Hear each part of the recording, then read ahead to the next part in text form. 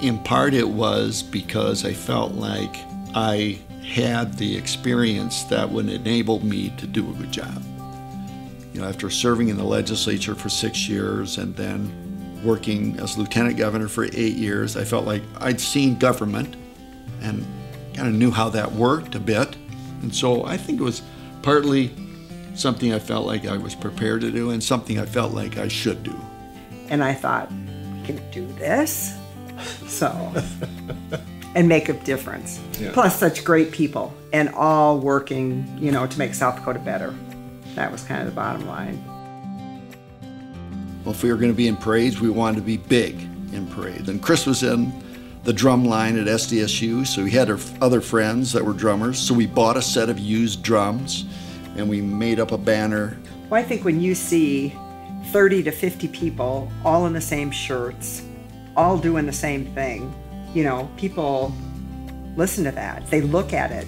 And when we had the drum line, you know, a set of drums coming down and everybody doing the same chant, you know, that really, you know, gets people's attention. And then once Dennis got done with going county to county to county, then we were had a campaign office in downtown Sioux Falls, which was so much fun.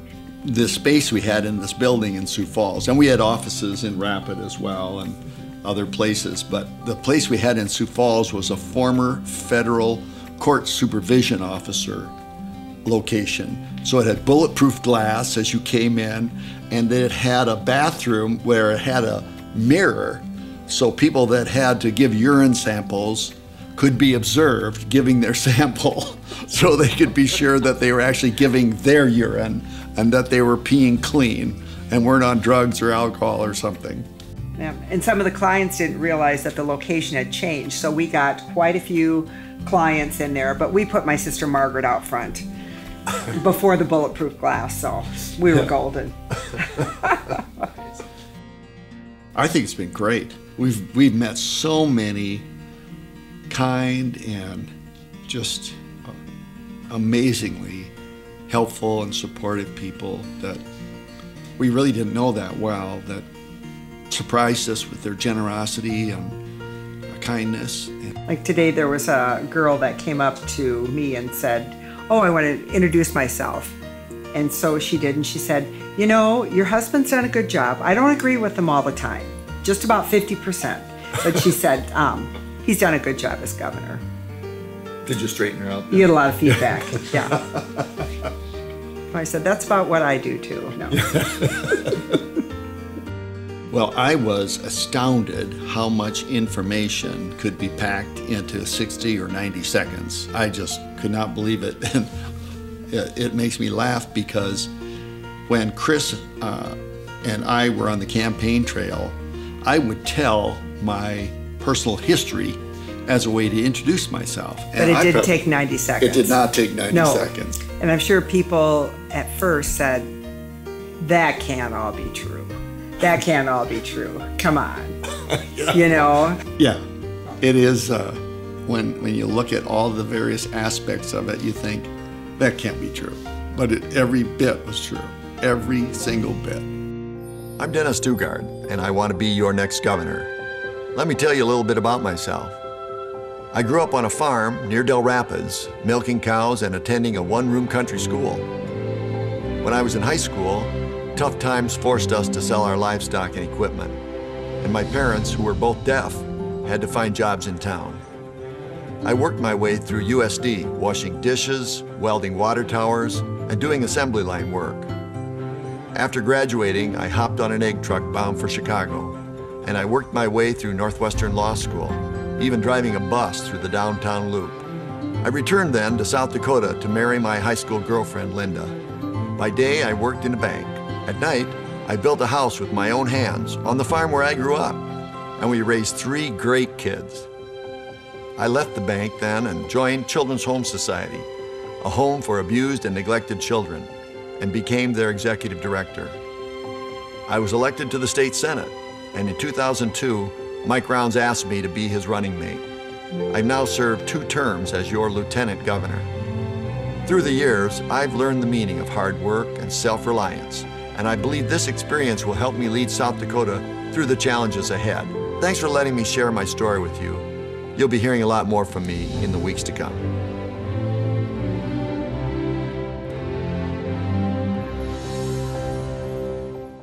I was promising to get the budget right without raising taxes. So that meant managing expenses. And so we wanted to make the point that sometimes you have to wait for spending that you can't afford to have at present. And that was the point of the commercial. We waited. I'm Dennis Daugaard. Linda and I built this home with our own hands on our family farm, but it took us years. Because we didn't spend what we couldn't afford. So we held off finishing our floors and buying our stove and dishwasher. If we didn't have money, we waited. And that's how I'm going to be as governor. We won't spend money we don't have, and I'm not going to tax you to get it. We'll watch our spending and grow our way out of this recession, together. But it took a little bit of a few takes, I'll say. It took a few takes to get it right. 3, 2, 1, action. Until we could afford our stove, we used our microwave. Okay, sorry. We waited. Microwave. Blah, blah, blah. We waited. Linda and I built our home near... No, we waited. Keep the hand out. Oh, yeah. Yeah, we waited. Last one. Okay. Try again. I don't know. I think people were worried because both my parents were deaf.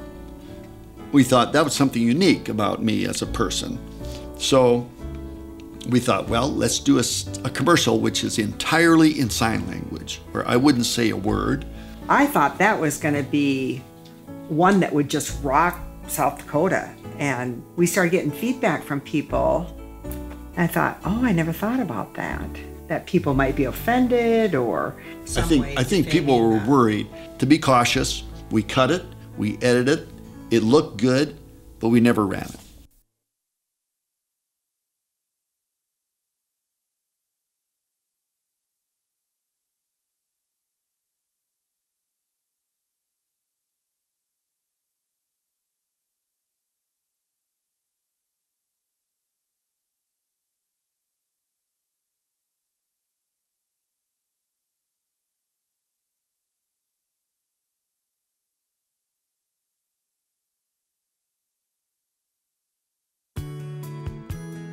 You have to say to yourself, that's why people elected you, so do what you think is right, even if it's unpopular. And the first instance of that was the budget. And in my inauguration remarks, one of the things I said is, I'm going to cut the budget, and if I don't get reelected because of that, so be it. Because I didn't get elected to be voting and doing to be reelected. I got elected to exercise my values and do what I believed was right. But it was our first summer in Pierre, and we thought, oh, this will be great. The weather's great here, the river's here. Right. It was just a few days before Memorial Day that we got this news. So suddenly everybody shifted from, let's have a fun Memorial Day weekend to, oh my God, let's get the sandbags out.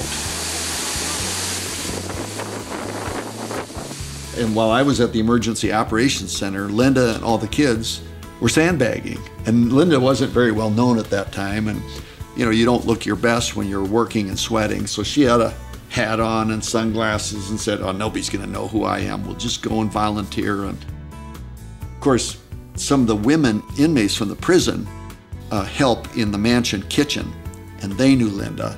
And they'd seen Linda. And so, oh, hey, First Lady. And Linda was unmasked. And our kids go, you don't know her, do you? How do you know all these women prisoners, I do. Mom? I Yeah. do. Yeah. Well, Delon Mork was a good supporter and friend from Madison, and I got home one night and here was an email from him with an attachment. And I opened up the attachment and it's him skydiving. And I called Delon Mork back and he said, hey, I would like you to do that with me. I'd like you to skydive with me. And we wanted to use it as a fundraiser for Children's Miracle Network. So I said, well, let me talk to Linda And I'll get back to you. Of course, I knew Linda couldn't really say, no, it's too dangerous, because I knew she herself had gone skydiving not long after college graduation. So she'd done it. We ended up jumping, and it was a great experience. It was exhilarating. And I would do it again. It was really fun. After serving a term as governor, you have a better lay of the land and maybe understand some other things that need to be done. You know, teacher pay was a problem, road funding was a problem, things like that you still wanted to get done. There were, and we had a great team assembled. We really did. We had people that were there for all the right reasons. Right. Yeah, both in staff and cabinet. And they were all on board to do it 4 more years. You know, and I'm sure teachers just, you know, some of them think, oh gosh, here's one more thing that's going to interrupt my schedule today. And I said, no, I'm just here to, you know, help you and add on to your message that we need to keep these kids reading. And I think by the end of the time, they're smiling and we're all happy and they got the message. They're going home and telling mom and dad, First Lady came and she wants me to read more. So. And how many schools did you do? 285. 285 schools, Yeah. and that's each of the 3 grades. Again, I'll give credit to Linda. I think it was her idea that we start dressing up in costumes. So the first year, we dressed up cowboy western style. Gosh, we put on a cowboy hat, we had blue jeans on, put a neckerchief on. We thought we were doing pretty good, but oh no, subpar here. So I went over to Einstein's in Mitchell that has 3 floors of costumes and said, okay, Brenda, you got to help me out here. But we've been The Wizard of Oz, we've done Duck Dynasty, Phantom of the Opera. Phantom of the Opera, Abe Lincoln. Abe and Mary Todd Lincoln. Crazy Mary. Yeah. Linda fit very well. Yeah. Beauty and the Beast. Oh, Beauty and the Beast, right? Yes. I don't know, probably becoming grandparents has been a dramatic change for us. Oh, yeah. We had no grandchildren when I was first elected, but now we have 5, and they will this year be 6, 5, 4, 3, and 2 by the end of the summer. And they have been a lot of fun. And 3 of them are in Pierre, so we see them a lot, and the other 2 in Sioux Falls, so we see them a fair amount too. And so it's a lot of fun.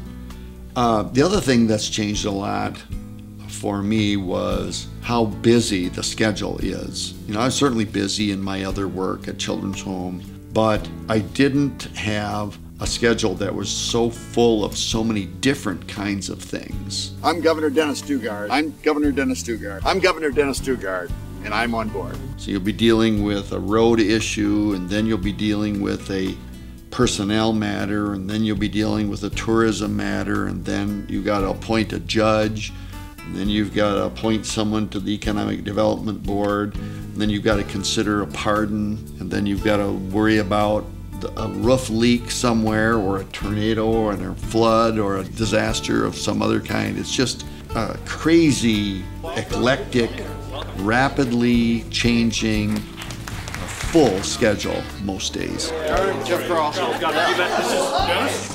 Some days aren't, but most days are just extremely busy. One thing after another. Some of minor importance and some of pretty significant importance. And just because it's on the schedule doesn't mean it's going to happen. An event could happen and the whole day changes. Linda's just been a great confidant, great supporter, always fiercely loyal. Also a fair and objective critic, and willing to tell me what I need to hear sometimes. She's just been a great partner the whole way. I remember one of our staff earlier on saying, well, who's going to tell you that your hair doesn't look good? Or who's going to be your critic? And I said, I don't think we have any problem there. problem with that.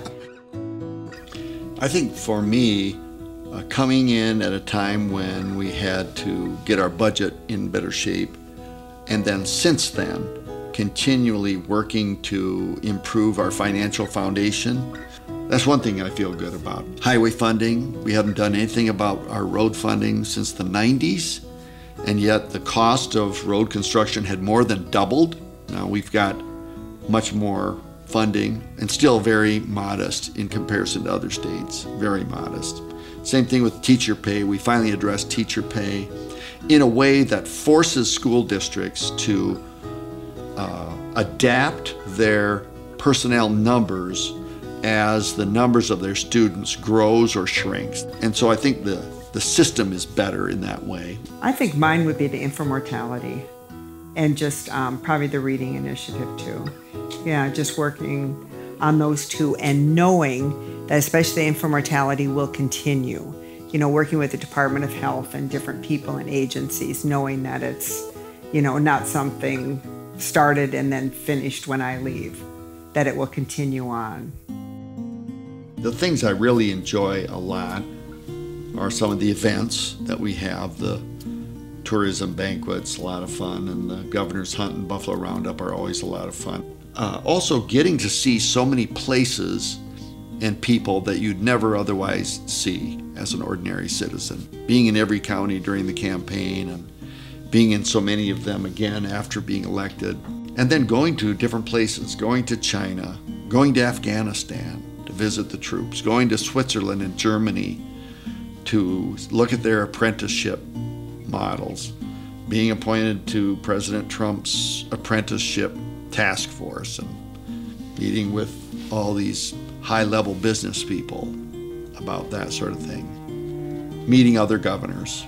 So all those kinds of things are kind of my favorite parts of being governor. The one thing about public office is the people you meet. I mean, the budgets will get balanced after I'm gone, but the people I've met and the friends we've made, that won't be lost. Even if the budget changes or this law or that law gets changed, the friendships will endure.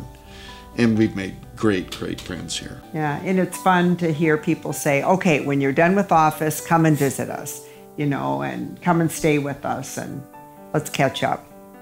So look out, we're forward coming. to that. We're gonna move home to the farm. It's paid for.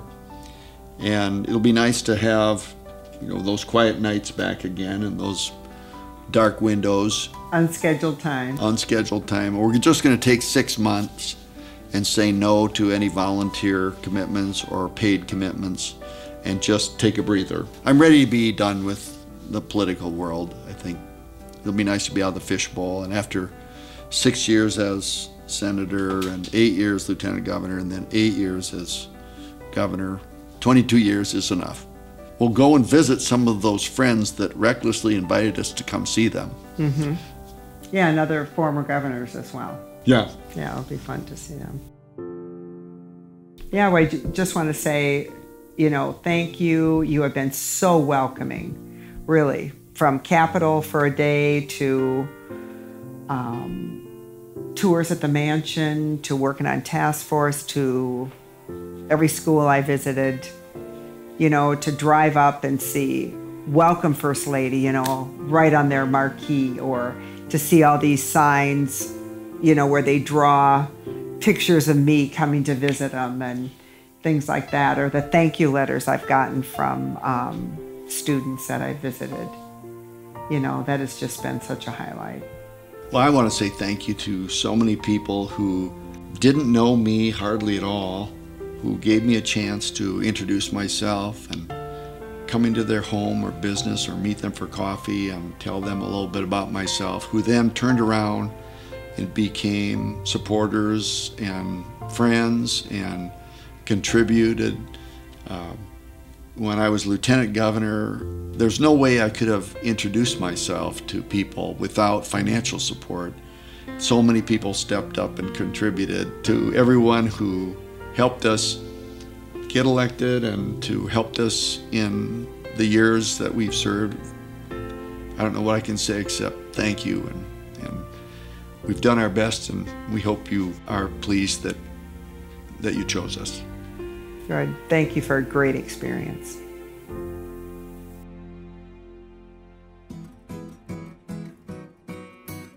I have one great concern about him because I love him. I love him like a brother of a different mother. The guy has got the Diet Mountain Dew monkey on his back. I tried to get it off of him, but we're gonna have an intervention. Good thing it's diet, because I mean the guy would be like 800 pounds. And I know what it's like. I've been through it with Diet Pepsi. And I have to say I've been an enabler, but we're gonna take him to rehab, get that monkey off. And it's the least I can do for the guy. I love him, but we gotta get this because he's gonna go out and he's gonna be in rural America. He's gonna store that stuff. He's gonna hoard it. He's probably gonna take a lot from from over there at the mansion. And so we gotta attack this when we've got resources before he gets isolated.